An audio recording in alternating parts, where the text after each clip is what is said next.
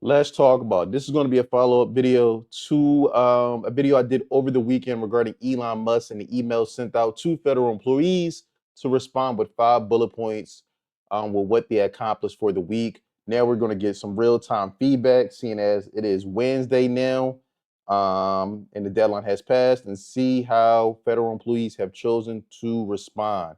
Let's get into the clips. Why is it that I couldn't work for an agency who just told people not to respond? The way my chief just begged me to respond to this because he wants to see me employed and not targeted is crazy. Some people are willing to take the risk. That person was me. I had to call my mom to talk me off the ledge because I flipped out for a second. I'm not gonna lie. But why couldn't my facility stand on business and say we not responding to that? I understand they don't want no riffraff and they want to keep all their employees, but some people were really ready to take the risk. I hate it here. Working here is so hard. And before you tell me not to post this, I don't care. At this point, it's up. It's up.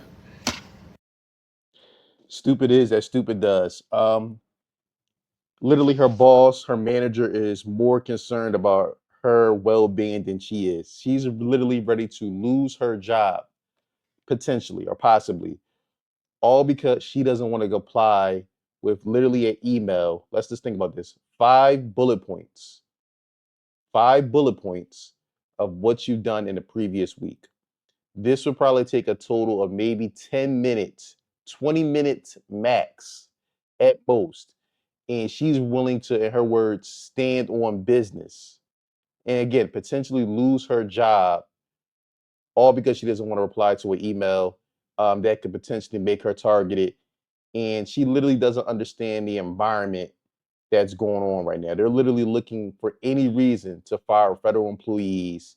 And it would be smart, no matter how you feel about this email, to just reply. It's not a big ask.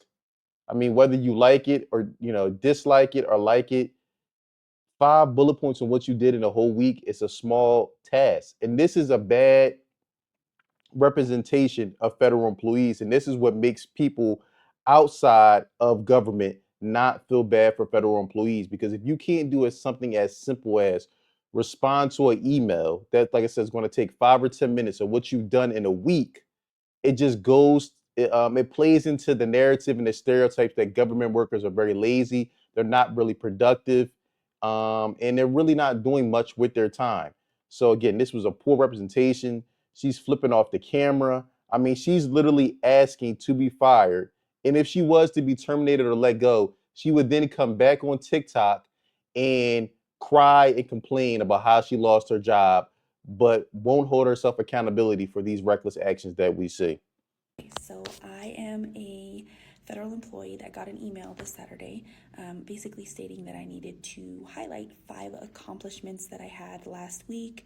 And to me, that was not a huge deal. I am someone who likes to highlight my accomplishments, and it was sent over in about a email that took me six minutes, something like that. I used to work for the private sector for about 13 years, so I was held accountable every day. I had lists of things that needed to be done every day, and it was just not a big deal to me to send that out. So I just want to say that. I would say highlight the things that you do. Highlight, who you are as a federal employee and the things that you're accomplishing. Like, just say it. I would encourage you to do that. Stark contrast to the previous clip we seen. These are the type of people that we want on the government payroll. Competent, not making a big deal out of something that's relatively small, such as literally sending 5 emails, 5 bullet points of what you've done throughout the week. Again, she mentioned the private sector and she had a list every day of things that she had to get done and accomplish. This just shows the stark difference between, again, government employees and people that's in the private sector. Her having that private sector background and knowing that you really have to perform and show up day in and day out and give your all, as opposed to, in the government, I mean, in the on the government side, you could kind of slack off and be half-assed and get by. And that's not to say all government employees are like this, but as we've seen in the previous clip, we all know somebody like that girl in the previous clip. Let's keep it 100. Let's keep it a buck. We all know somebody with her type of attitude that works for the federal government. And again, it gives a bad name to federal employees and plays into a lot of the stereotypes that people associate with government employees. But let me know in the comments below. I know I have several subscribers who work for the federal government. Let me know, did you reply to the email?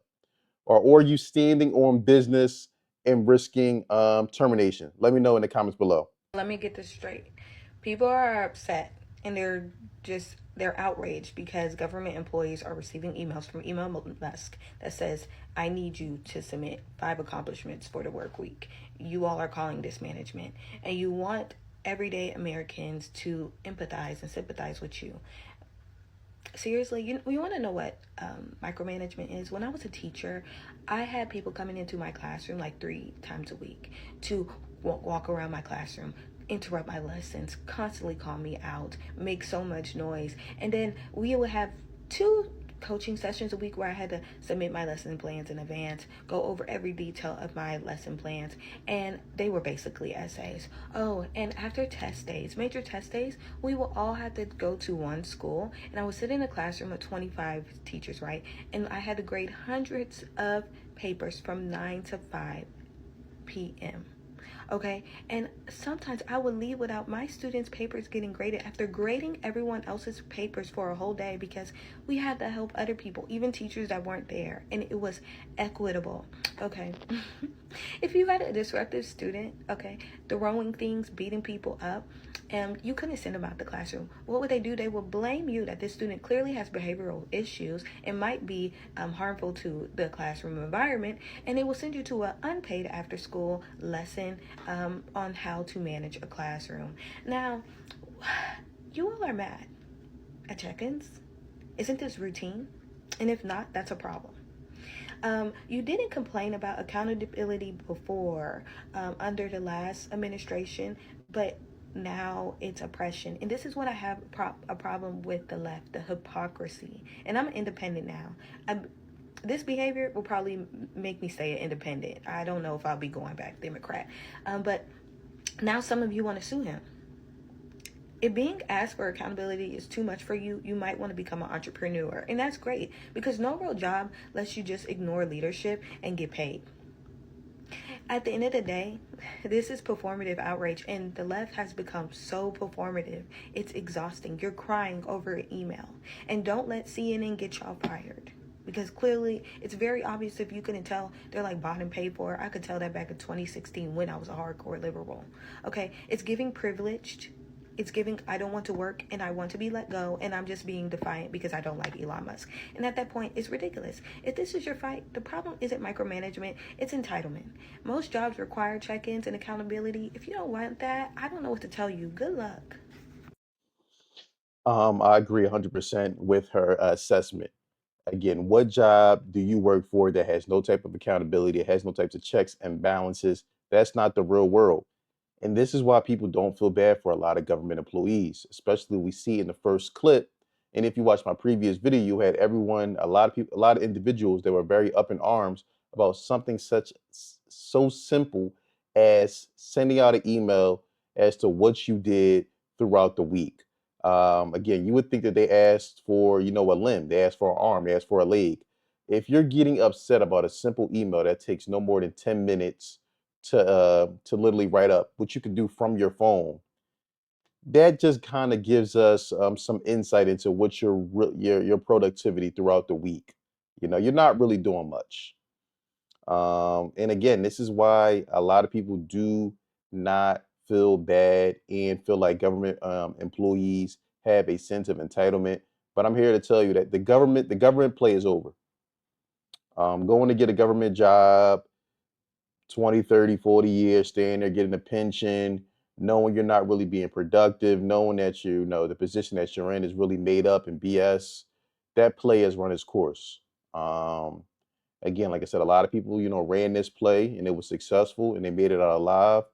But now that we're in this, Trump era, that government employee play is officially um, DOD, dead boss. Shout out to Michael Blackston. Elon sent me an email. He said he expected me to respond within 48 hours to talk about what I've been doing with my position in the government. And I just think it's so unfair, I've worked so hard for so long from my house, and I just don't feel like, I got treated with the dignity and the respect that I should have. And 48 hours is not a lot of time, when you're really busy working at home. I was just so busy. I didn't even have time to check my email. I was so busy, and I hope this doesn't happen to a lot of other people. It's really tough shit, sissy. Seriously, send the email. Give me a break. Are you kidding me? 48 hours? Any other person in this world would get fired. And you're complaining about this now? You're only doing it because you guys are succubuses that work for the government, take a bunch of money in, and like to go and lay out and get tans all day. Well, enough's enough, because us taxpayers are tired of paying for it. So answer your damn emails. He said, answer them damn emails.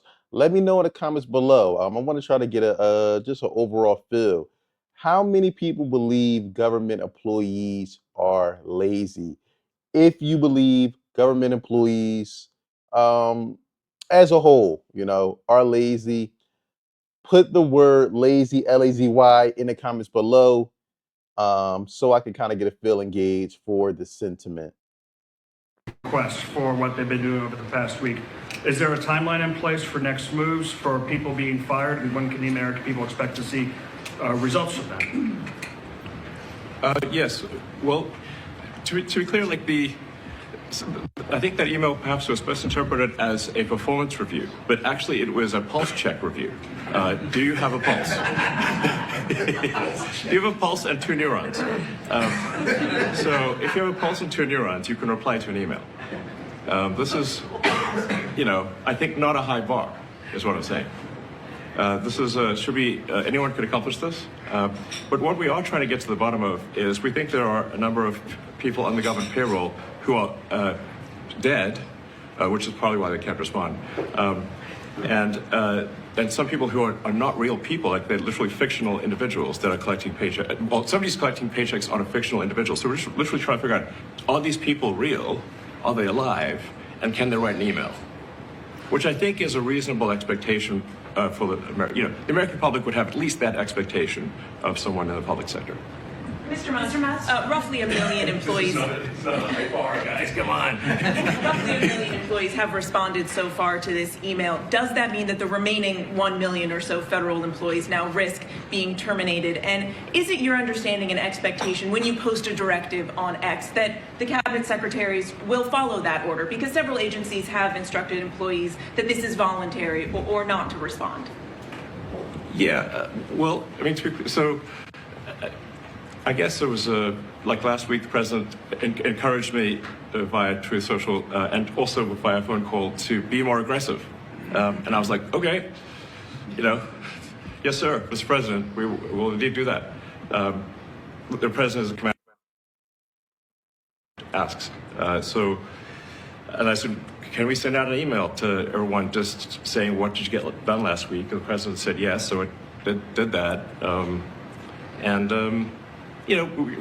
We got a partial response. We're going to send another email. But our goal is not to be capricious or unfair. We want to give people every opportunity to send an email. And the email could simply be, what I'm working on is too sensitive or classified to describe. Like literally just, that would be sufficient. I think this is just common sense. And what is your target number? Long story short, if you're a federal employee, just send the email. Don't use this as a time to try to be MLK, to try to be Malcolm X. Just send the email over. Think long term. You don't want to put an unnecessary target on your back for no reason. Again, federal employees are already under a heavy microscope right now.